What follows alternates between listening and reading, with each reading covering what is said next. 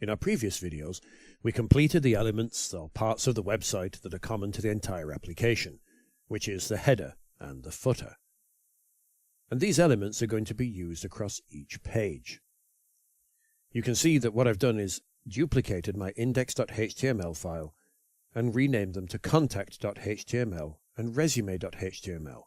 And these just contain the same header and footer as our index.html page. Now we want to focus on the unique individual elements on each page, which will live inside the section. So in index, we're going to create some personal details. The shape of that will be 2 columns, similar to the header.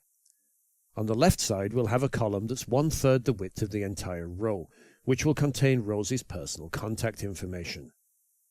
And on the right-hand side, taking up 2/3, we'll have some expanded content, explaining what Rosie's good at, why you should hire her, and so on.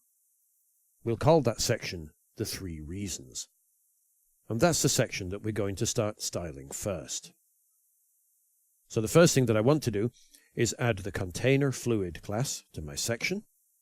And then, as is standard, I'm creating a bootstrap row. I'm also going to add the class of row table, which we'll fill out in the style sheet in a few minutes. This will allow us to create a table structure so that our columns will remain the same height regardless of content, and it's a nice way of putting that in place. Inside our row then, I'm going to create a column, because we have to have a column as a direct child of a row, of size 8, which is 2/3 the width of the screen.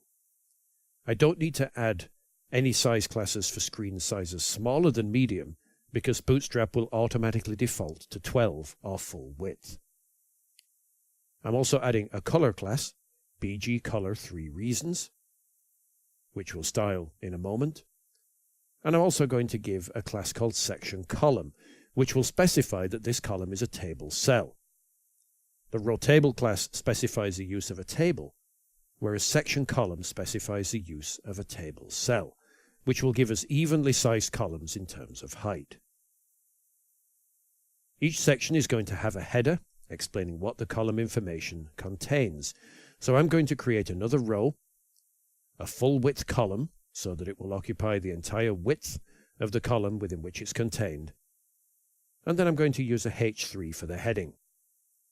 We'll give that the class of section heading, which we'll style shortly, and uppercase, because we want all of our headers to be in uppercase format. The text is about me. So let's save that, refresh our page and take a look. So all we really have so far is our header in uppercase. We can go back though now and start adding the other styles. So the first thing that we want to do is to set the background color. So I'm going to scroll back up to my colors section here in CSS. Underneath the name, title, background, I'm going to add the full stop for a class, and then pop back into index.html and just copy the class name to make sure that I don't get any typos. The background color for this is simply going to be white, so I'm just going to set that to FFF. It's going to contain more or less regular text, supplemented by some font awesome icons. Okay, so now we can start styling the other sections of our page. Let's take our row table class, and we're going to put this in our general CSS area because we're going to use this more than once throughout the site. And this is very simple. Our display is going to be just set to table. By doing this, we can then specify its child columns as table cells, as we mentioned before, which, as we've said, ensures that the columns will remain equal height regardless of their content. So let's go back and grab our section column now and put that in place. We'll add the properties now to our section column style. As we said, this is going to be display table cell. We can now add some padding, which I'm going to set to 0, 30 pixels and 30 pixels. And we're going to set our float to none Older versions of Bootstrap used to use floats. We're just setting it to none here just to make sure that our column doesn't end up with any unsightly breaks. So now our section column is formatted. We can grab our section heading and put that into our style.css too. So the font family that we're using is going to be EXO, again with the sans serif as a fallback. We'll give it a font weight of 300. And then just to give a little bit of space around the areas above and below the header, we'll add a top margin of 25 pixels and a bottom margin of 40 pixels. Now that they're all in place, we can save our style.css and go to our preview.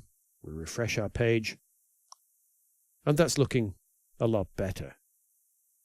In the next video, we're going to expand on this and add some content to our 3 reasons section.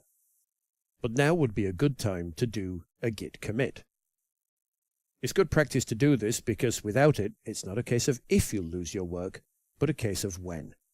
And committing to Git gives us some extra insurance. I've run git status here to see what files have been changed, and there's been quite a few, so I'm going to use a shortcut of git space add space full stop. We'll then do our git commit and supply a detailed commit message. It's good practice to keep committing to Git regularly throughout your project, and this is something you'll want to remember for your milestone project too. Okay, so that's now committed safely to Git. So in our next video, we're going to start adding some extra content to our 3 reasons section.